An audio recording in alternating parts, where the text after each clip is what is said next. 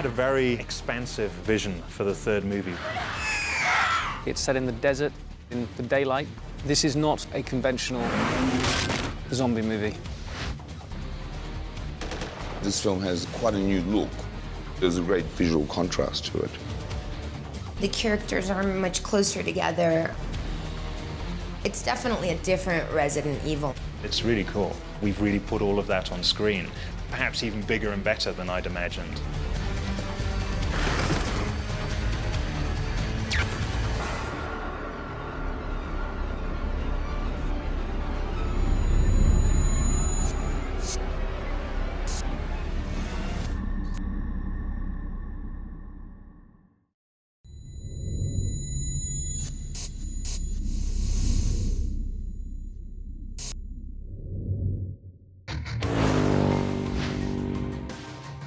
The third movie is set pretty much after the end of the world. The world has been wiped out by the T-virus. When we made the first Resident Evil movie, no one had made a zombie film for like 15 years.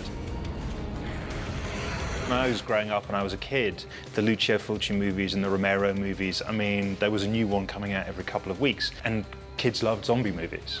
Then no one made one for 15 years, and then with Resident Evil, we really made the first one again. Now there's a lot of undead movies around, so it really puts the pressure on for us to be original and kind of like continue to push the envelope. On the first one, we very much wanted to capture the gaming experience. So it was a very claustrophobic, very paranoid movie in very confined spaces. When we did number two, we said, what is the exact opposite of number one? Would be to be out in the open, be in a contemporary city, have a lot of action rather than the confined spaces. For number three, we really felt that we have to go to the next level. We have to go to the next step, which is what happens when this is all over. Raccoon City was just the beginning. Slowly but surely, the earth began to wither and die. I felt that the genre of zombie movies had moved on from when we made the first Resident Evil film. Now we're in a position where there have been a lot of undead movies, and most of them take place in cities. People have become familiar with that. So I felt it was necessary to kind of broaden out the look and the feel of the movie.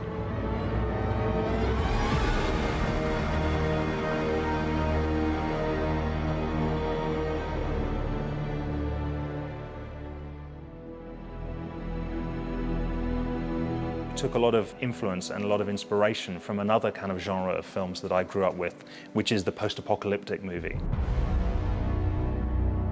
Of course, the Mad Max and the Road Warrior being the key to those films and the best of them.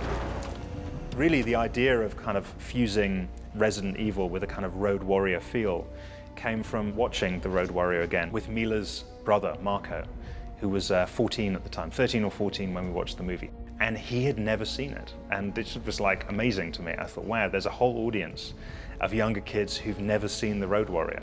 And they don't know how cool seeing armored trucks blast through these desert landscapes can be. So we thought, well, let's give that look another go, but let's kind of update it. When we set out to find the director for Resident Evil 3, we said we want a real director. We don't want some video kid who's just done, one short or who's done a bunch of commercials. We wanted a real filmmaker. All three of us, Paul, Jeremy and I, we were always big fans of Russell's work. Russell really invented a very cinematic, very different cinematic visual style. A lot of moving camera, a lot of crane work, lots of very fast cutting.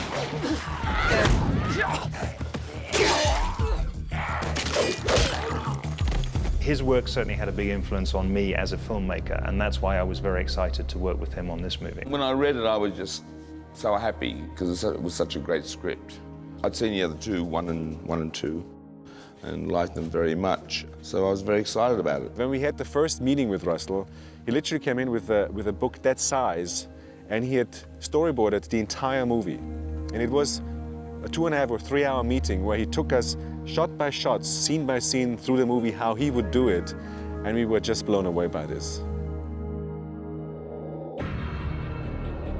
Russell brought a lot of his own vision to this. There was a point in the pre-production process where we got scared of shooting in the daylight because it's easier to be frightening in the dark. And he said, They wanted to do something different, and making a horror movie in the daylight hours was what would make it very different. There were a few people that were not convinced that horror or suspense or whatever could happen in broad daylight.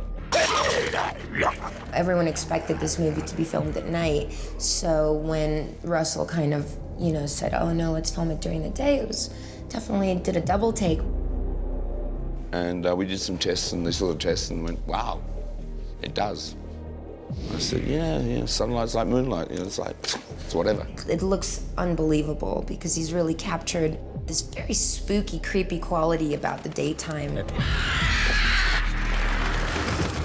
was very new to make a terror movie with daylight. That's a huge opportunity for design because you can play with the textures, you can play with the characters and with the colors.